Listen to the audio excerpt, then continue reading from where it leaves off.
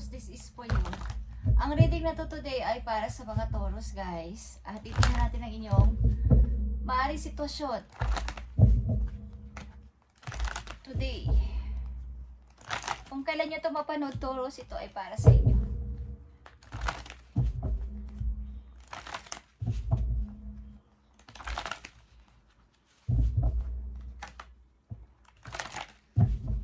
Para to sa mga Taurus.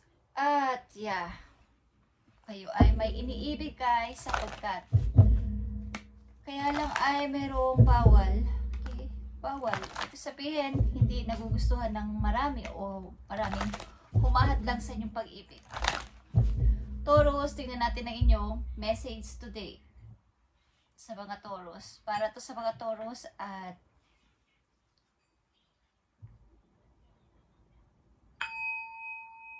okay. Para sa mga Taurus, ang message na to,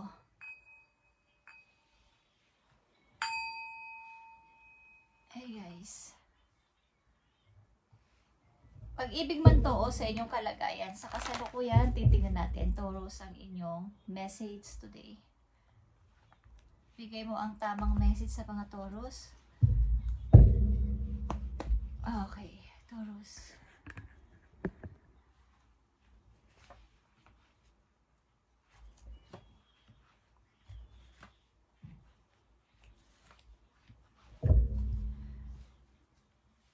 Nandito ang transformation, guys. At ito ay may natapos kayong karelasyon, guys, o may natapos na isang relasyon dito. May umalis o ikaw ay umalis sa isang sitwasyon. May tinapos kang relasyon. At ang ilan sa inyo ay may kaugnayan sa taong malayo sa inyo. Ibig ko sabihin, malayong lugar, guys, sa kabilang sa ibang place. Okay, unang message sa mga Taurus ay power. Kayo ba ay kasal na sa isang taong may gap ang edad sa inyo? O mas matanda kayo o mas bata sa inyo? Okay, o mas bata kayo. Alam man dyan, guys, is kayo ay kasal. Ang ilan ditong Taurus na nandito sa reading ay kasal na. At ang sunod na message dito ay King of Arrows. Kasal na kayo pero may isang taong nakatingin sa inyo.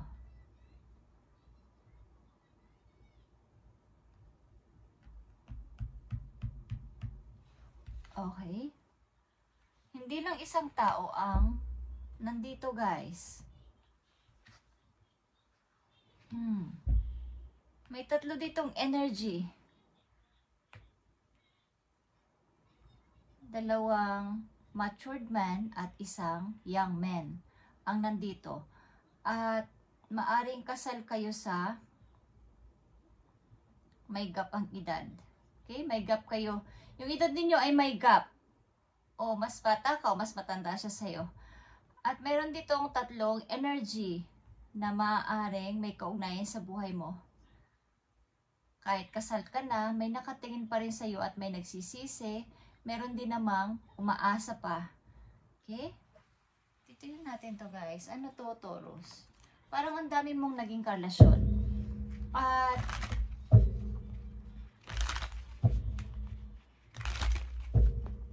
hindi ko alam kung gusto mo tong napangasawa mo.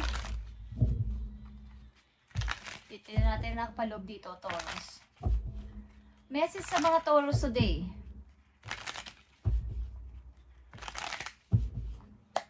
Tingnan natin tong power. Taurus. At King of Arrows. Prince of Cups.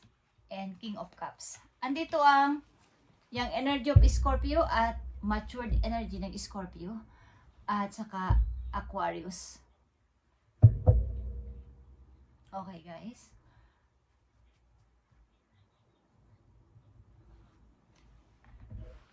Okay, dito ang power. At ito ay maring tapos na marriage na. Kasal ka pero ito ay natapos na, Taurus. At maring ito ay nagkaroon ng hindi magandang, ang daming problema sa relasyon na to. Ang daming mga alalahanin, ang daming mga responsibilidad.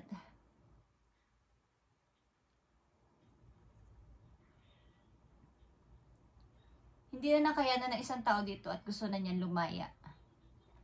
Okay? Andito ang King of Arrows. King of Arrows and Queen of Swords is here. Maaring wala kang connection sa tao na to. But, meron ditong couple din. Prince of Cups is the Empress. Uy. Ano to, Taurus? May anak ka sa person na to. Okay? O may anak kayo ng person na to. Maaaring nagkahiwalay kayo sa hindi malamang dahilan. But mga bata pa ang mga anak nyo nung nagkahiwalay kayo ng ilang Taurus. Ang ilang Taurus dito ay may kaugnayan sa isang taong baga, meron pa rin ditong love. Kaya lang wala ng connection. At King of Cups is Two of Swords in reverse. Okay. Give up na ako dito. Ayaw ko na. Okay. Gusto ko nang pumili. Gusto ko nang piliin siya. Okay? Dati nag-overthink ako kung siya ba talaga ang gusto ko. Kaya lang, ito na yung desisyon ko. Ibinababa ko na doon. Aalisin ko na tong piring sa mata ko at gusto ko na magpakatotoo. Gusto kong sabihin na siya yung gusto ko. Okay? King of Cups is Scorpio energy. Aquarius is here. Sagittarius. Maaring yung energy of Scorpio dito ay nagkaroon kayo na ugnayan nung bata pa kayo. Bata pa siya or bata pa kayong dalawa. But nagkaroon dito ng pagkakahiwalayan. Okay? At maaari, di ko alam kung still single ka pa rin hanggang ngayon, Taurus. But may anak kayo ng person na to. Maaring may ilan kang, merong kang mga naging karelasyon at hindi nagiging matagumpay. Nagkakaroon man ng pagsasama pero nahihiwalay din. At may mga kanya-kanya itong problema. But, dito sa last, okay, sa King of Cups, sa ibaba nito ay Two of Swords in reverse, meron na akong napagtanto na ito yung taong mahal ko at ito yung pinipili ko. Gusto ko nang sabihin to kahit na may masaktan pa. At may mga ayaw sa tao na to para sa akin. Yes, siya yung gusto ko. Sa dinami-dami na mga naging karelasyon ng ilan sa inyong Taurus na nandito ay may isang taong malapit sa puso ninyo na ayaw ninyo. O kaya siya yung hinahanap ng inyong puso. Okay.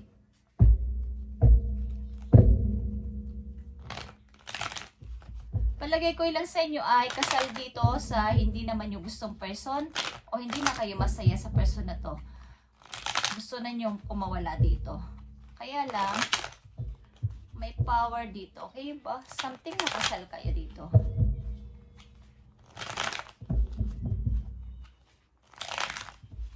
Tingnan natin ang mga message ko po yung Taurus. Mga message for Taurus. Maaaring may napagdesisyon na ng ilan sa inyo na meron na akong piliin. Yung pipiliin ng puso ko. At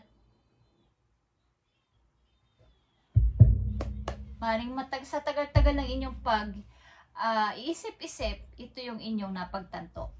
Okay. Message for Taurus. Message for Taurus. Child sweetheart mo ba to? Okay, nandito ulit ang Two of Swords. Okay, guys. At nandito ang judgment. Okay, ito nga ay talaga nagtapos na. Kung ito man ay asawa nyo pa hanggang ngayon is parang wala na kayong pakialaman sa isa't isa. Ito ay isa ng kasal na pinipilit mang i-grow o i-survive pa pero wala na. Wala nang magagawa pa. Kumbaga, hindi na kayang i-survive. Pagkamat meron kayong mga anak maybe is hindi na kaya. Hanggang dito na lang to. At nandito ang Justice sa Queen and King of Swords. Ito ay nare-relate dito, guys. Kumbaga wala na kayong contact at meron na ditong pagkakasunduan. Meron na ditong pinagkasunduan. Di ko alam kung civil ito or totoo kayong divorce na or naghiwalay lang nang wala ng connection. Wala nang tawagan, wala nang mga messages. Okay, ito yung ibig ko sabihin. At wala nang contact sa isa't isa. Okay guys, andito ang Ten of Swords and Reverse. Ito ay pagtingin sa realidad. Okay? Prince of Cups and the Empress. Maaaring gusto mong ibalik o i-fix ang lahat na kung maiituwid ko lang ang nagawang mga mali kong desisyon. Sapagkat ang tao talaga na to ang gusto ko. Okay? Hindi ko alam kung kayo ay child sweetheart ito or kayo ay nagmamahalan talaga. But maraming tutol sa paligid.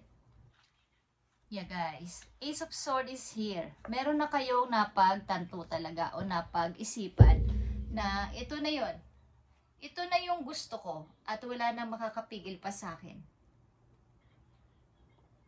Ito yung taong pinipili ng puso ko. At wala nang makakapigil ito kahit may ayaw pa nila sa tao na to o may mga tutol sa aming relasyon is wala na akong pakialam. So tinatin to Taurus, ang papati na message po iyo at sa pag-ibig na to. Mukhang masalimot ang inyong buhay pag-ibig at buhay mag-asawa, buhay may asawa at may mga kumbaga pinipilit nyo naman na maging isang kompleto talaga ang family. Kaya lang wala na talaga itong mai-grow pa o hindi na mai-survive. So, kailangan na lang ng pagbangon at pag-umpisa ulit. Tingnan natin ang paparating na message for you, Taurus. I need 3 messages dito for you. So, hindi pa naman huli ang lahat, Taurus, para sa iyong pagbangon at pag-uumpisa ulit. 6 of Pentacles is here. Okay. 10 of Pentacles. And the Sun. Okay, nakita nyo to. Like I said, hindi pa huli ang lahat sa inyong muling pagbangon sa buhay at maaring meron kang papasukan na bagong relasyon o may karelasyon ka na ito ay pang long term na talaga at dito ka masaya. Okay? The Sun is here in the last message. Ito yung happiness mo. Dito ka kontento. Ito yung nakakapag-satisfied ng iyong puso. Ang tao na to na matagal mo nang gustong piliin pero may mga kinoconsider ka. Something na minsan is kalimutan nyo muna ang realidad ng buhay at magpahinga. Okay. Sa magulong inyong naranasan. Guys.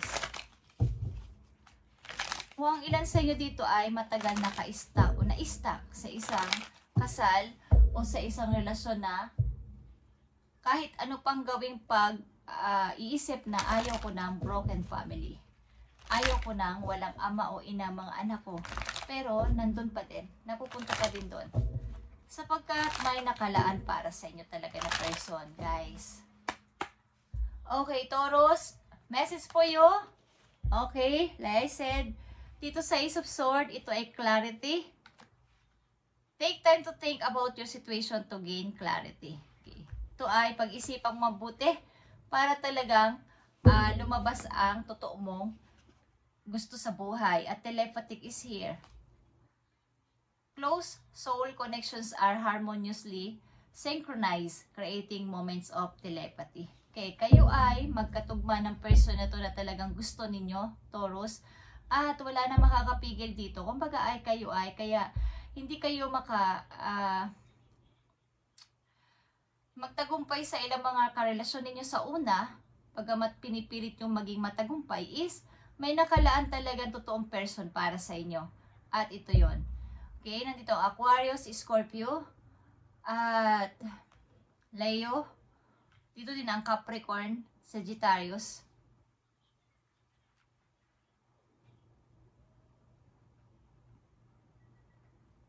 at fire sign. Okay guys, Taurus, ito ay inyong message at ang ilan sa inyo dito ay nagkaroon na ng kaliwanagan na itong tao talaga na to ang happiness ko, dito ako talaga. At sa dinami-dami o mangilan-ngilan, kung mangilan-milan lang o madami kayo naging karelasyon sa umpisa, bagamat pinipilit yung maging tunay at buo, ito ay hindi kumbaga hindi na giging matagumpay. Sapagkat may nakalaan talagang person for you, Taurus, at ito yon. Okay. Kahit siguro nandito na kayo sa edad na parang nagmamatured na, okay? Nasa middle age na is, yung tao pa rin na to inyo, yung tinitibok na inyong puso ay ang person na to. At wala nang iba pa. Hinahanap-hanap na inyong puso. Thank you, Taurus, and God bless sa inyo lahat, guys. At kung may kilala kayong Leo sa inyong chart, ay happy birthday sa kanila. Thank you and God bless, Taurus.